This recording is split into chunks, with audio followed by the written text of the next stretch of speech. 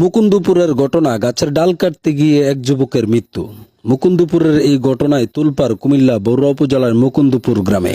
পাশের বাড়িতে গাছের ডাল কাটতে গিয়ে শুক্রবার 10টার নাগাদ পঞ্চম শ্রেণী পড়ুয়া 14 বছরের সিয়ামের মৃত্যু। ঘটনার সূত্রে জানা যায়, মুকুন্দপুর গ্রামের মোস্তাক মালের ভাতিজা সিয়াম বরুড়া উপজেলার সাবেক সংসদ সদস্য, বর্তমান কুমিল্লা দক্ষিণ জেলার আহ্বায়ক জনাব জাকারিয়া তাহের সুমনের নেতৃত্বে ওই শোক আহত পরিবারকে দেখতে যায় বরুড়া উপজেলা চিতুরডা ইউনিয়ন বিএনপির অঙ্গ সহযোগী সংগঠনের নেতাকর্মীবৃন্দ। ওই সময় শোক আহত পরিবারকে আর্থিক সহযোগিতা করেন মামুন সওদাগর ফাউন্ডেশনের চেয়ারম্যান জনাব মোহাম্মদ মামুন সওদাগর। ওই শোক আহত পরিবারকে দেখে আরো 2টি স্থানে যায় চিতুরডা ইউনিয়ন নেতাকর্মীবৃন্দ।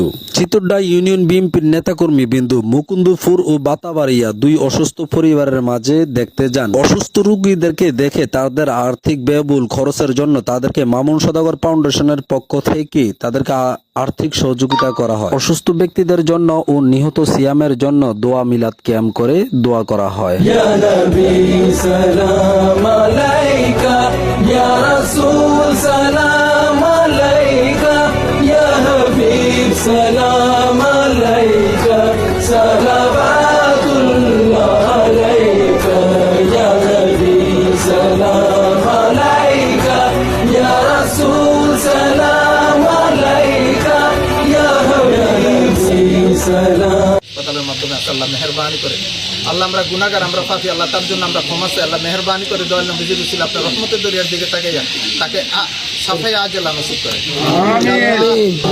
রসুল আমাদের জীবনের সমস্ত গুণাগুলি মাফ করে দেন, আমাদের প্রত্যেককে আপনি হেফাজত করেন, হেদায়েত নসিব থেকে আল্লাহ তাকে হেফাজত করেন। আল্লাহ আমাদের প্রত্যেকের মনে এক বাসনা পূর্ণ করে দেন। আল্লাহ কিরি পরিয়ার যে দিনে দুনিয়া সার্ব দুনিয়া থেকে চিরবিদায় হয়ে যাব, সে কঠিন বিপদের দিনে নবীজির চেহারা মোবারক দেখাইয়া ইমানের জমানে জারি করেন মধুর কলমা শাহাদাতান লা ইলাহা ইল্লাল্লাহু মুহাম্মাদুর রাসূলুল্লাহ।